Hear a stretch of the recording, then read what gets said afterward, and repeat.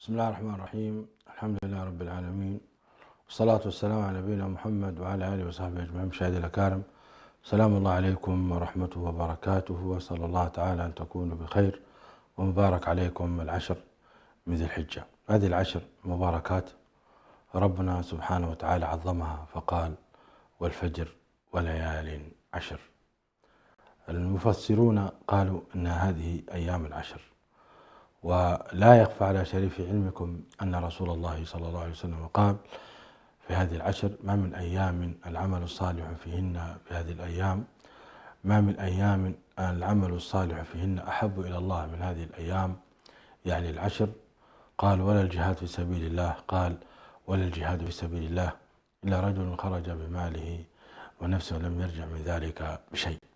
إذن هذه الأعمال، هذه الأيام أيام خير وبركة وفرص عظيمة يقدمها المرء ليثقل الله به حسناته ويثقل به ميزانه يوم القيامة.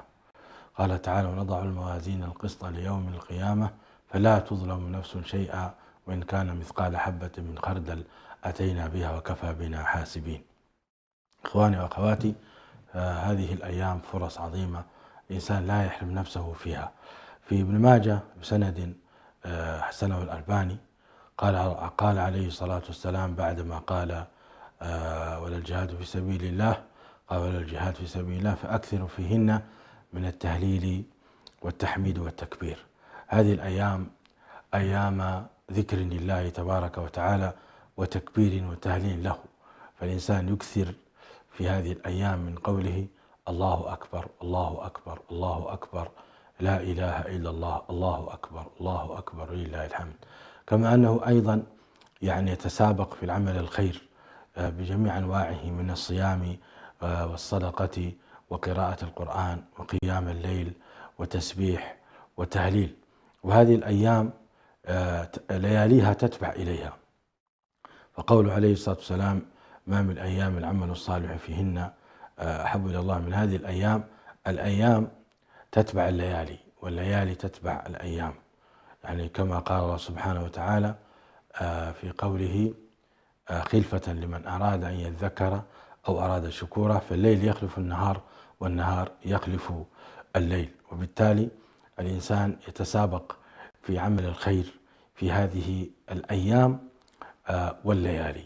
بعض العلماء قالوا أن أيام العشر أفضل من أيام رمضان، وبعضهم قالوا الليالي العشر من رمضان أفضل من ليالي العشر من ذي الحجة، وهذا فيه نظر وهذا فيه نظر. ليالي العشر إنما شرفت لوجود ليلة القدر، وأيام العشر هي أفضل من ليلة القدر. ليلة القدر محدودة بعدد الأعمال الصالحة، قال تعالى: خير من 1000 شهر.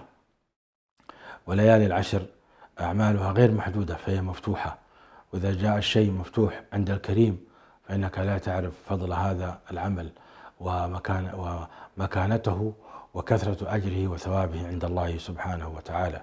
إذن هذه الأيام من أفضل أيام الدنيا، وفيها يوم عرفة، فيها يوم عرفة من هذه الأيام، فيها يوم عرفة خير ما طلعت عليه الشمس، ودعاء يوم عرفة لا يرد أبدا، فإن الله سبحانه وتعالى ينزل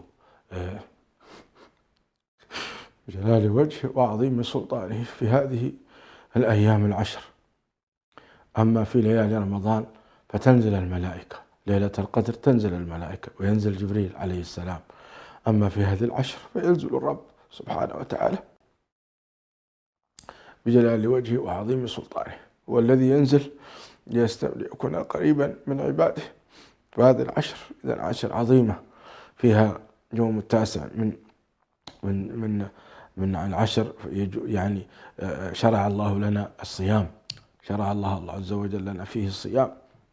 صيام عرفة يكفر سنتين، وأبواب يوم عرفة أبواب مفتوحة للجميع، للحاج وللمقيم في بيته. فالفرق كبير بين ليالي تنزل فيها ملائكة وليالي ينزل فيها الرب سبحانه وتعالى. فالرب جل وعلا يوم عرفة ينزل نارا نهارا ينزل سبحانه وتعالى نزولا يليق بجلال وجهه وعظيم سلطانه، نزولا لا يشبه نزول عباده، ينزل سبحانه وتعالى ليكون قريبا من عباده، هو القريب سبحانه وتعالى. إذا سألك عبادي عني فإني قريب أجيب دعوة الداعي إذا دعان. فإخواني احرصوا على هذه الأيام، فإن أيام عظمها الله عز وجل، فإذا أنت قدرت وعظمت ما يعظمه الله قدرك الله وعظمك وقربك إليه سبحانه وتعالى. اجتهدوا في هذه الأيام بالتهليل والتكبير والتسبيح وذكر لله وقراءة القرآن. واعلموا إخواني وأخواتي أن أعظم شيء تقدمونه لله هو تقوى الله سبحانه وتعالى. أعظم شيء يقدم لله عز وجل هو البعد عن الذنوب المعاصي. قال سبحانه: الحج أشهر معلومات، فمن فرض فيهن الحج فلا رفث ولا فسوق ولا جدال في الحج، ما تفعل من خير يعلمه الله، وتزودوا فإن خير الزاد التقوى. وما تفعلوا من شيء يعلمه الله، يعني ما يعلمه الله ما نقدمه لله عز وجل من أعمال صالحة، من ذكر وقراءة للقرآن والصدقة والتسبيح والتهليل والصيام وقيام الليل وغيرها من الأعمال الصالحة، يعلمها الله عز وجل، ولكن أكثر ما يعلمه ويحبه سبحانه وتعالى ويصل إليه هو تقوى الله جل في علاه. وتقوى الله معناه أنك تجتنب نواهيه وتعمل بأوامره، كما فسرها كثير من أهل العلم. تقوى الله ومخافة الله، وأعظم ما يتقرب إلى الله عز وجل هو مخافته والبعد عن الذنوب والمعاصي والاستغفار وتكرار الاستغفار وتكرار التوبة ومحاولة البعد قدر المستطاع عن ما يسخط الله سبحانه وتعالى. فإذا وقع الإنسان في الذنب يعود ويستغفر. هذا هو التقوى، هذه معنى التقوى، لأن لا أحد حقيقة يبتعد لا يقع في الذنوب والمعاصي. النبي عليه الصلاة والسلام قال البني آدم خطاء وخير الخطائين التوابون، كل ابن آدم خطاء وخير الخطائين التوابون. وربنا سبحانه وتعالى أيضا قال في كتاب عزيز: الذين إذا فعلوا فاحشة أو ظلموا أنفسهم ذكروا الله فاستغفروا لذنوبهم ومن يغفر الذنوب إلا الله ولم يصروا على ما فعلوا وهم يعلمون. إذن الحج أشهر معلومات. أشهر معلومات أي معروف أن الحج أشهر الحج معروفة: شوال وذي القعدة وعشر من ذي الحجة، وقيل ذي الحجة كله، وهو الراجح والله أعلم أن 10 من ذي الحجة هي شوال وذي القعدة وشهر الحج كاملا لما يتعلق فيه من أعمال الحج، وهذا ما رجحه شيخنا الشيخ محمد المختار الشنقيطي. وعليه أشهر معلومات، فمن فرض فيهن الحج فلا رفث. والرفث هو الكلام السيء الذي لا يجوز للمؤمن أن يقوله. فلا رفث ولا فسوق. والفسوق هي الذنوب المعاصي صغيرها وكبيرها. فلا فسوق ولا جدال في الحج، الجدال الذي لا طائل منه ولا فائدة منه. واستثنى العلماء الجدال الذي فيه خير، والجدال التي هي بالحسنى، الجدال الذي فيه يؤدي إلى